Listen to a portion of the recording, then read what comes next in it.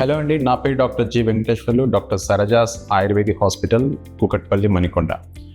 So ఈ మలద్వార సమస్యల్లో ఈ పైల్స్, ఫిషర్, ఫిస్టులా వీటిలలో ఇప్పుడు మనం చూసినట్లయితే చాలా వరకు లేజర్ ట్రీట్మెంట్స్ అందుబాటులో ఉన్నాయని చెప్పి మనం బయట చూస్తూ ఉంటాం ఎక్కువగా. సో అసలు లేజర్ అంటే ఏంటి, నిజంగా ఈ మలద్వార సమస్యల్లో దాని యొక్క ఇంపార్టెన్స్ ఎంతవరకు ఉంటుంది అనేది ఈరోజు మనం తెలుసుకుందాం. సో జనరల్గా లేజర్ అనేది ఒక టైప్ ఆఫ్ ఎనర్జీ.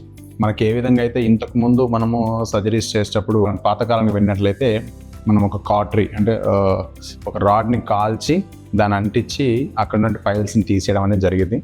తర్వాత cautery machine, electric cautery use చేసి మనము తీసేయడం. ఇప్పుడు లేజర్ కూడా అలాంటిదే, ఇది ఒక టైప్ ఆఫ్ ఎనర్జీ అనమాట. సో దీంట్లో మనము ఈ లేజర్ యొక్క ఎనర్జీని యూజ్ చేసి ఈ పైల్స్ని కానీ ఫిషెస్ని, ఫిస్టులాస్ని ట్రీట్ చేస్తూ ఉంటాం.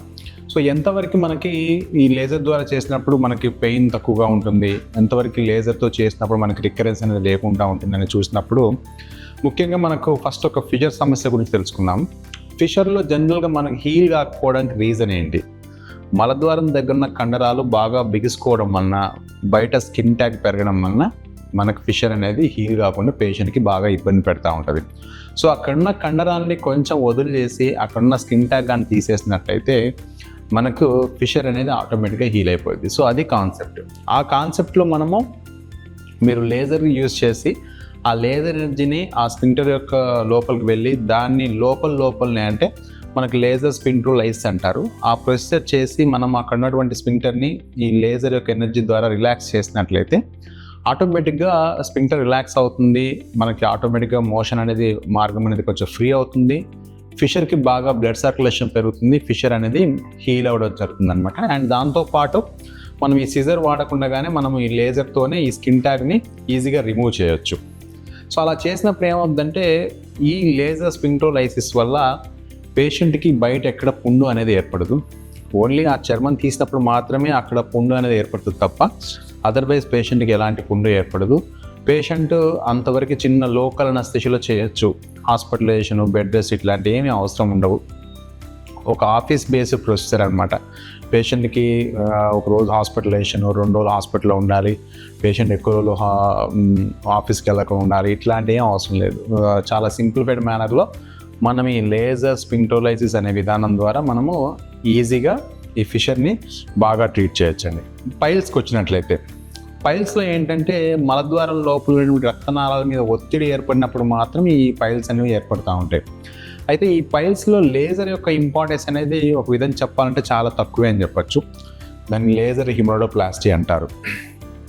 పైల్స్ని కట్ చేయకుండా ఈ లేజర్ ఎనర్జీని మలద్వారం లోపల ఉన్నటువంటి పైల్స్ యొక్క వెనక భాగానికి అంటే సబ్మ్యూగోజల్ స్పేస్ అంటారు, ఆ స్పేస్లో పంపించి మనం లేజర్తో అబ్లేట్ చేయడం జరుగుతుంది అన్నమాట. అలా చేసినప్పుడు దాంట్లో ఉన్న రక్తనాళాల్లో ఉన్నటువంటి బ్లడ్ కానీ అది కానీ బాగా స్ట్రింక్ అయిపోతుంది. అండ్ అక్కడ గ్రాడ్యువల్గా ఫైబ్రోసిస్ ఏర్పడి పైల్ మాస్ అనేది స్ట్రింక్ అవుతుంది అనమాట. అయితే ఈ లేజర్ హెమరోడోప్లాస్టీ అనేది మనము గ్రేడ్ 2 హిమోరాయిడ్స్ అంటే ఎర్లీగా ఉన్న పైల్స్లోనే మనము చేయడం జరుగుతుంది అనమాట. అదే గ్రేడ్ 3, గ్రేడ్ 4 సర్కంఫరెన్షియల్ అంటే హిమోరాయిడ్స్ లోపల చుట్టూ ఉన్నప్పుడు ఏంటంటే మనము ఈ లేజర్ విధానాన్ని చేసినా కానీ పేషెంట్కి అంత ఎక్కువగా రిజల్ట్స్ ఉండవు. బిగినింగ్లో కొంచెం ఉన్నా కానీ మళ్ళీ కొన్ని రోజుల తర్వాత పేషెంట్ మళ్ళీ అది కొంచెం బ్లీడింగ్ అవుతుంది, బయటకు వస్తుంది అని చెప్పి వస్తూ ఉంటారు. కాబట్టి హిమోరాయిడ్స్లో మనం లేజర్ యూజ్ చేస్తున్నప్పుడు ఏంటంటే ఒక యాడ్ ఆన్ ప్రొసీజర్, వేరే ప్రొసీజర్ కూడా యాడ్ చేసుకొని చేసినట్లయితే మనకి లేజర్లో డెఫినెట్గా మంచి రిజల్ట్స్ ఉంటాయి. ఫర్ ఎగ్జాంపుల్ లేజర్ హెమరోప్లాస్టీ గ్రేడ్ 3 హిమోరాయిడ్స్లో చేయాల్సి వచ్చినప్పుడు ఏంటంటే పైన ఏదైతే హిమోరాయిడ్కి వెసల్ వస్తుందో ఆ బ్లడ్ వెసల్ని సూపర్రెటికులర్ ఆర్టరీ అంటారు, ఆ ఆర్టరీని లైగేట్ చేసి ఫిగర్ ఆఫ్ 8 స్టిచ్ ద్వారా అప్పుడు మనం లేజర్తో అబ్లేట్ చేసినట్లయితే కొంతవరకు రిజల్ట్స్ అనేవి బాగుంటాయి, ఓన్లీ లేజర్ చేసే విధానం కంటే కూడా. కాబట్టి లేజర్ అనేది ఈ పైల్స్లో దాని యొక్క ఇంపార్టెన్స్ అనేది కొంచెం తక్కువగానే చెప్పవచ్చు. ఫిస్టులాలో ఎలా చేస్తారు? ఫిస్టులా వచ్చేసరికి ఏంటంటే ఇది ఒక ఇన్ఫెక్షన్. మలద్వారం లోపల నుంచి బయటికి ఒక చిన్న పుండు లాంటిది ఏర్పడుతుంది అనమాట. ఆ నాళంలోకి ఈ లేజర్ని పంపించి దీన్ని అబ్లేట్ చేయడం జరుగుతుంది. దీన్ని అంతా కాల్చుకుంటూ వస్తారు బయటికి. కొన్నిసార్లు లోపల ఉన్న ఓపెనింగ్ని కూడా, ఫిస్టులా యొక్క లోపల ఓపెనింగ్ ఏదైతే ఉంటుందో దానికి స్టిచ్ కూడా వేయడం జరుగుతుంది. కానీ అలా చేయడం వల్ల ఏమవుతుందంటే ఆ లోపల ఇన్ఫెక్షన్ అనేది ప్రాపర్గా క్లియర్ అవ్వదు. దానివల్ల ఏంటంటే మనం ఏదైనా లేజర్ ప్రొసీజర్ కానీ ఫిస్టులా చేస్తున్నట్లయితే డెఫినెట్గా పేషెంట్కి ఒక 70-80% రికరెన్స్ ఉండే ఛాన్స్ ఉంటుందన్నమాట.